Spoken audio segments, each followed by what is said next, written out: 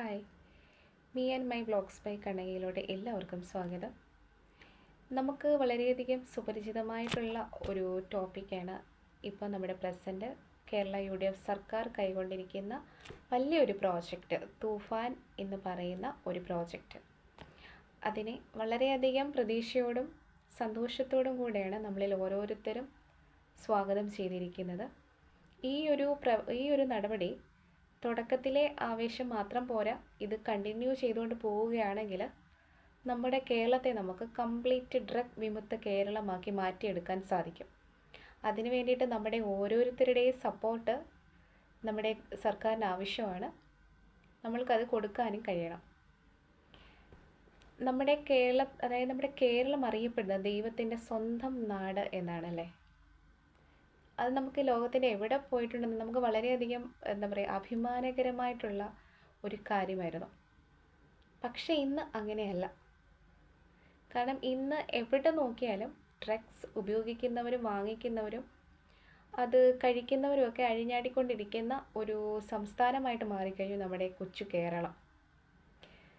എന്തുകൊണ്ട് ഇത്രയധികം ഡ്രഗ്സിൻ്റെ ഉപയോഗം നമ്മുടെ കേരളത്തിൽ നടക്കുന്നു, അല്ലെങ്കിൽ എന്തുകൊണ്ട് പ്രായഭേദമന്യേ ഇത്രയും അധികം ആൾക്കാർ ഇതിന് അഡിക്റ്റായി തീരുന്നു എന്ന് നമ്മൾ മനസ്സിലാക്കേണ്ടതും വിശകലനം ചെയ്യേണ്ടതും അത്യാവശ്യമാണ്. കാരണം ഇത് പഴയ കാലത്തും ഇപ്പോഴത്തെ ജനറേഷനിലും ഇത് ഉപയോഗിക്കുന്നുണ്ട്. പക്ഷേ പഴയ കാലത്ത് ഇതിൻ്റെ ഒരു ഇൻറ്റൻസിറ്റി വളരെയധികം കുറവായിരുന്നു. കാരണം അന്ന് ഇത്രത്തോളം ഡ്രഗ്സ് അവൈലബിൾ ആയിരുന്നില്ല. അന്ന് മദ്യം എന്നൊരു കാര്യമായിരുന്നു സുലഭമായിട്ടുണ്ടായിരുന്നത്. അത് അല്ലെങ്കിൽ അവരുടെ ഒരു ചില ചെറിയ ഫങ്ഷനുകൾ അങ്ങനെയൊക്കെയുള്ള കാര്യങ്ങളിലൊക്കെ അവർ ഉപയോഗിച്ച് പോരുന്നു. പക്ഷെ ചില ആൾക്കാർ ഇതിന് അഡിക്റ്റായി തീർന്നു. അങ്ങനെ വലിയ വലിയ കുടുംബ പ്രശ്നങ്ങൾ അങ്ങനെയൊക്കെ ഉണ്ടായിരുന്നുള്ളൂ. പക്ഷെ ഇന്നത്തെ അവസ്ഥ അതല്ല. ഇന്ന് കുഞ്ഞു കുട്ടികൾ മുതൽ പ്രായഭേദമന്യേ ഇത് ഉപയോഗിക്കുകയാണ്.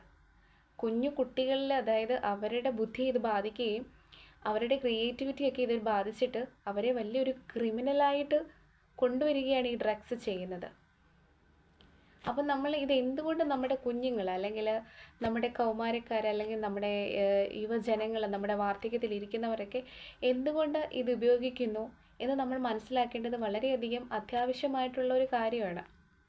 കാരണം ഇത് ഇന്ന് ലഭ്യമല്ലാത്ത ഫീൽഡുകൾ കുറവാണ്.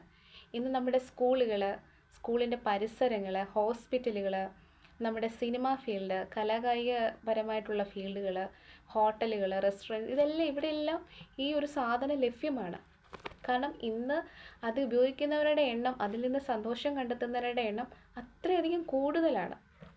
എന്തുകൊണ്ട് ഇങ്ങനെ സംഭവിക്കുന്നു? നമ്മുടെ കൗമാരക്കാരും യുവജനങ്ങളും ഒക്കെ ഇതിനിപ്പം ഒരു മെജോറിറ്റി ആൾക്കാരും ഇതില്ലാണ്ട് ജീവിക്കാൻ പറ്റാത്തൊരവസ്ഥയിലോട്ട് മുന്നോട്ട് പോയിക്കൊണ്ടിരിക്കുകയാണ്. ഇത് അവരുടെ കുടുംബങ്ങളെ സാരമായിട്ട് ബാധിക്കുന്നുണ്ട്. ഇന്നത്തെ കാലത്ത് ഈ ഡിവോഴ്സ് അല്ലെങ്കിൽ മറ്റു പ്രവൃത്തികളൊക്കെ കൂടാൻ ഒരു മെയിൻ കാരണം തന്നെ ഈ ഡ്രഗ് തന്നെയാണ്. എത്ര കുടുംബങ്ങളാണ് ഇങ്ങനെ നശിച്ചുകൊണ്ടിരിക്കുന്നത് അല്ലേ. വളരെ പ്രതീക്ഷയോടെ ഓരോ കുടുംബജീവിതത്തിൽ ചെന്ന് കയറുന്നവർ, പക്ഷേ ജീവിതമൊന്നുമല്ലാത്ത ഒരവസ്ഥയിലേക്ക് എത്തിപ്പെടുന്ന ഒരവസ്ഥ.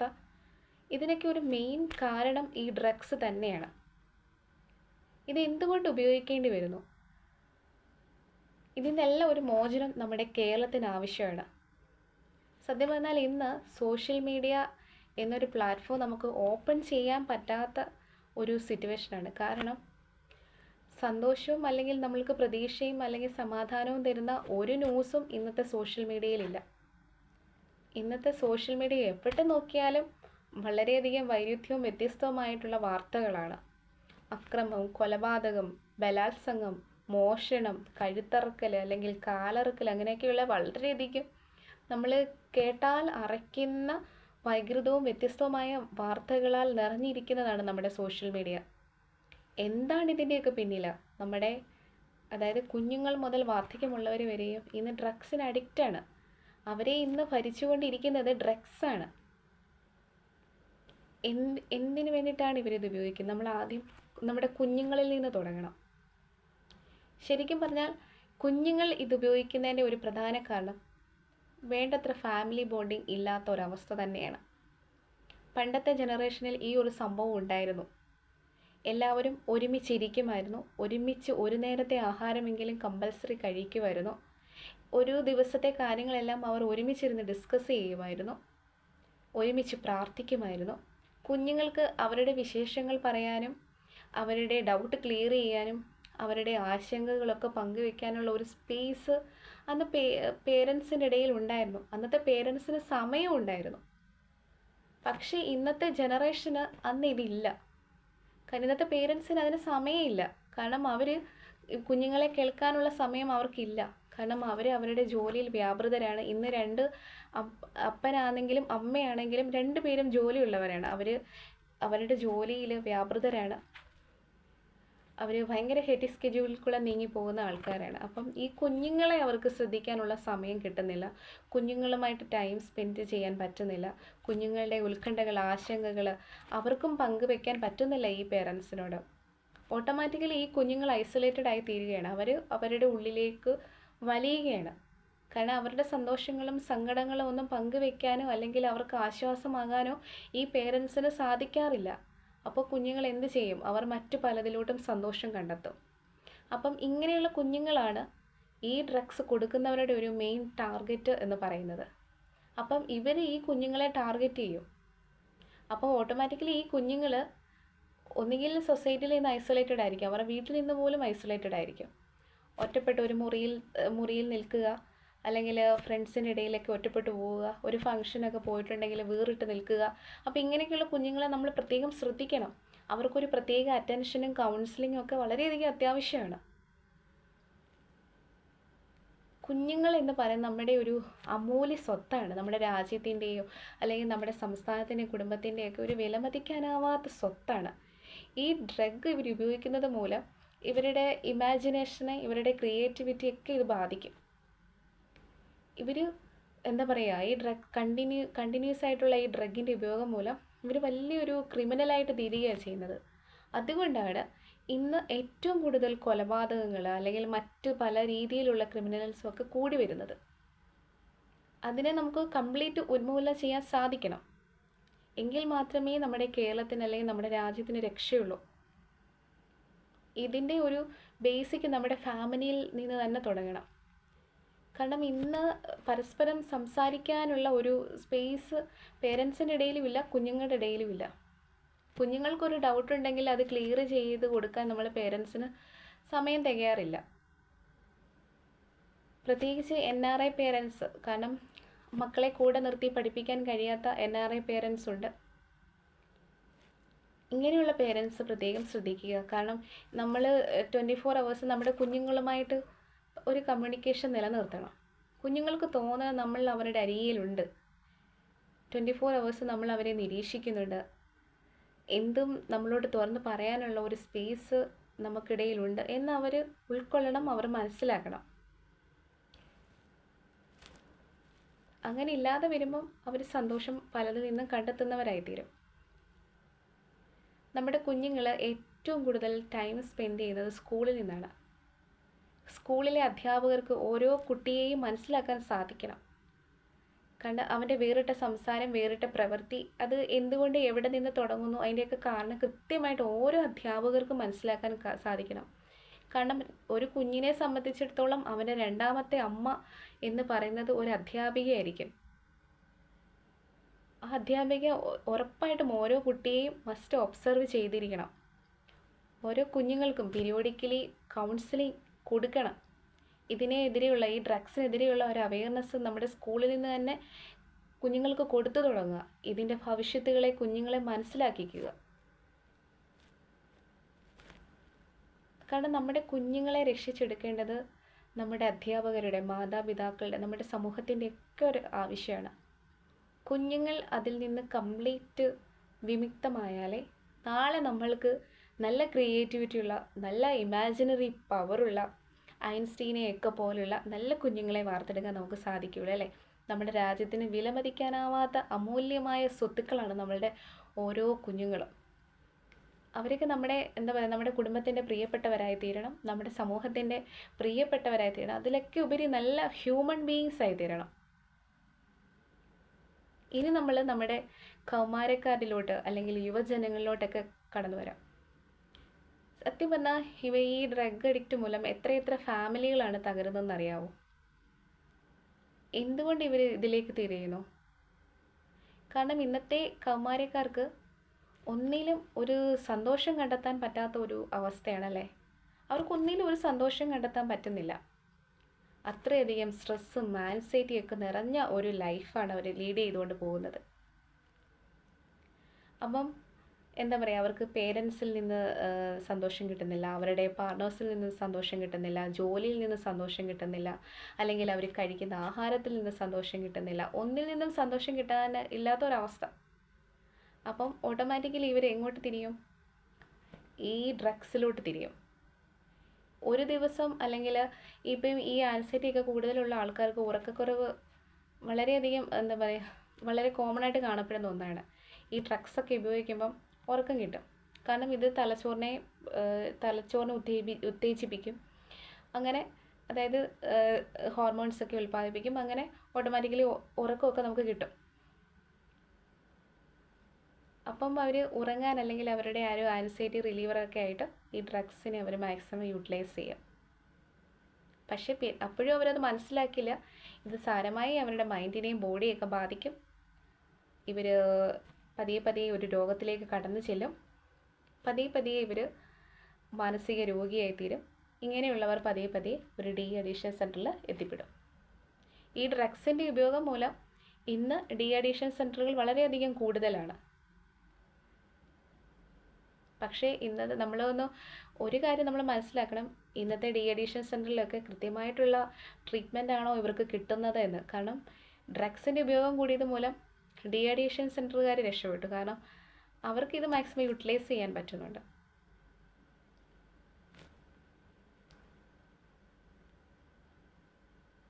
ഒരു കാര്യം നമ്മൾ മനസ്സിലാക്കുക, നമ്മുടെ ജീവിതത്തിൽ ഒരു ക്രൈസിസ് ഉണ്ടായിട്ടുണ്ടെങ്കിൽ അതുകൊണ്ട് സ്റ്റോപ്പായി പോകുന്നവരല്ല നമ്മൾ.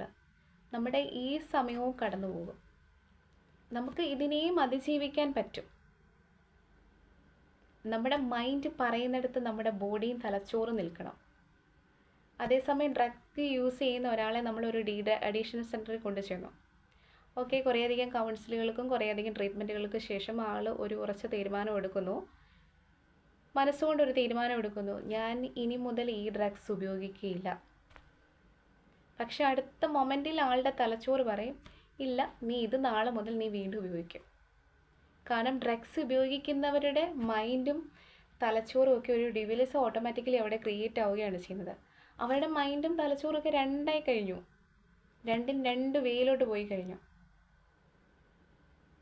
തലച്ചോറ് പറയുന്നത് മൈൻഡ് കേൾക്കില്ല, മൈൻഡ് പറയുന്നത് തലച്ചോറ് കേൾക്കില്ല.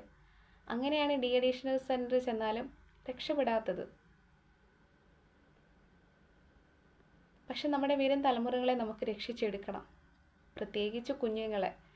കാരണം കുഞ്ഞുങ്ങൾക്ക് ഇന്ന് മാതാപിതാക്കളുടെ ആവശ്യമുണ്ടെന്ന് എനിക്ക് തോന്നുന്നില്ല. കാരണം അവർക്ക് വേണ്ടുന്ന എല്ലാ വിവരങ്ങളും അവരുടെ വിരൽത്തുമ്പിലുണ്ട്. ഇന്ന് ജനിക്കുന്ന ഓരോ കുഞ്ഞിൻ്റെ കയ്യിലും ഉണ്ട് ഓരോ മൊബൈൽ. മാതാപിതാക്കൾക്ക് അവരുടെ ഉത്കണ്ഠകളോ എന്താ പറയുക, അവരുടെ ഡൗട്ടുകളോ ഒന്നും ക്ലിയർ ചെയ്യാൻ ഇന്നത്തെ കാലത്ത് സമയമില്ല. പക്ഷെ അവരത് കണ്ടെത്തുന്നത് മൊബൈലിലാണ്. എല്ലാ വിവരങ്ങളും അവർക്ക് അവിടെ നിന്ന് ലഭ്യമാണ്. അങ്ങനെ അവർ പല രീതിയിലുള്ള വീഡിയോസിന് അഡിക്റ്റായി തീരും. പല കാര്യങ്ങളിലേക്ക് അവർ തിരിയും. പിന്നെ അവരെ മാറ്റിക്കൊണ്ട് വരിക എന്ന് പറയുന്നത് വളരെ ദുഷ്കരമായിട്ടുള്ള ഒരു കാര്യം തന്നെയാണ്. അപ്പം നമ്മൾ ഇതിൻ്റെ കോസസ് അറിയുക, ഇതിൻ്റെ കാരണം എന്താണെന്ന് മനസ്സിലാക്കുക, അവിടെ നിന്ന് നമ്മളത് പരിഹരിക്കാൻ തുടങ്ങുക. അതുമാത്രമാണ് നമുക്ക് ചെയ്യാൻ പറ്റുന്ന ഏറ്റവും വലിയൊരു കാര്യം. നമ്മുടെ കൗമാരക്കാരോടും അല്ലെങ്കിൽ നമ്മുടെ യുവജനങ്ങളോടും നമ്മുടെ അഡൽട്സ് കാറ്റഗറി നിൽക്കുന്ന എല്ലാവരോടും എനിക്ക് പറയാനുള്ളത്, നമ്മുടെ ജീവിതമാണ് നമ്മുടെ ലഹരി. അതിൽ നമ്മൾ സന്തോഷം കണ്ടെത്താൻ ശ്രമിക്കുക. നമുക്ക് ആകെ ഒരു ലൈഫേ ഉള്ളൂ അല്ലേ? നമ്മുടെ ഈ ലൈഫിനുള്ളിൽ നമ്മൾ എക്സ്പീരിയൻസ് ചെയ്യാത്ത ഒരുപാട് കാര്യങ്ങളുണ്ട്. ഈ ലോകത്തിൽ എന്തെന്ത് നല്ല സ്ഥലങ്ങളുണ്ടെന്നറിയാമോ? നമ്മൾ കണ്ടിട്ടില്ലാത്ത എന്തോരം വ്യത്യസ്തമായിട്ടുള്ള കാഴ്ചകളുണ്ട്, എന്തോരം വ്യത്യസ്തമായിട്ടുള്ള ഉത്സവങ്ങളുണ്ട്, എന്തോരം വ്യത്യസ്തമായിട്ടുള്ള ആഹാരങ്ങളുണ്ട്. നമുക്ക് ജീവിതത്തിൽ ഇത് ഒരിക്കലെങ്കിലുമൊക്കെ ഒന്ന് ടേസ്റ്റ് ചെയ്യുകയും അല്ലെങ്കിൽ ഇതൊക്കെ ഒന്ന് അനുഭവിച്ചറിയുകയും വേണ്ടേ? നമ്മൾ ഡ്രഗ്സിനൊക്കെ അടിമപ്പെട്ടാൽ നമ്മൾ അവിടെ അങ്ങ് ആയി പോകും. പിന്നെ നമ്മളെ എന്താ പറയുക, രക്ഷിച്ചെടുക്കാൻ ആർക്കും സാധിക്കില്ല. ഒരു ഡി അഡിക്ഷൻ സെൻ്ററിനും സാധിക്കില്ല. മാക്സിമം അതിലോട്ടൊന്നും പോകാതിരിക്കുക.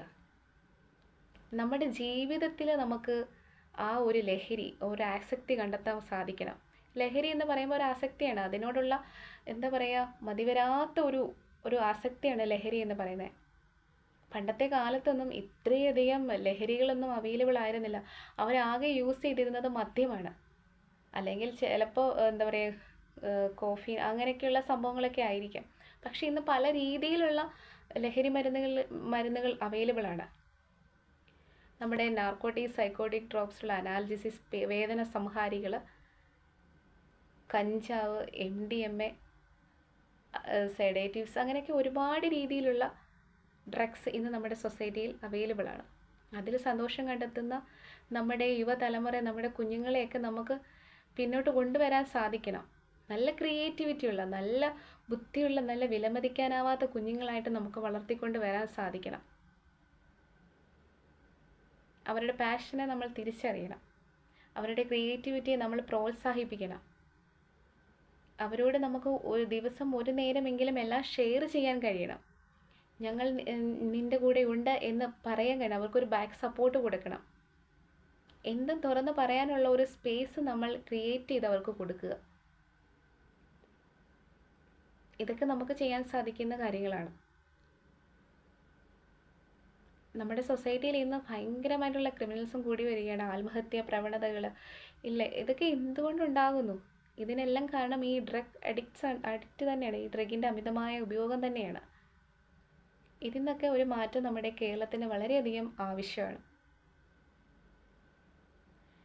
ഇതിനൊക്കെ വേണ്ടിയിട്ട് നമ്മൾ ഒരുമിച്ച് മുന്നോട്ട് കൈകോർക്കണം. ഇതിൽ നിന്നൊക്കെയുള്ള ഒരു ആദ്യ പ്രവർത്തനം നമ്മുടെ സ്കൂളുകളിൽ നിന്ന്, നമ്മുടെ വീടുകളിൽ നിന്ന്, നമ്മുടെ ആരാധനാലയങ്ങളിൽ നിന്നൊക്കെ തുടങ്ങണം.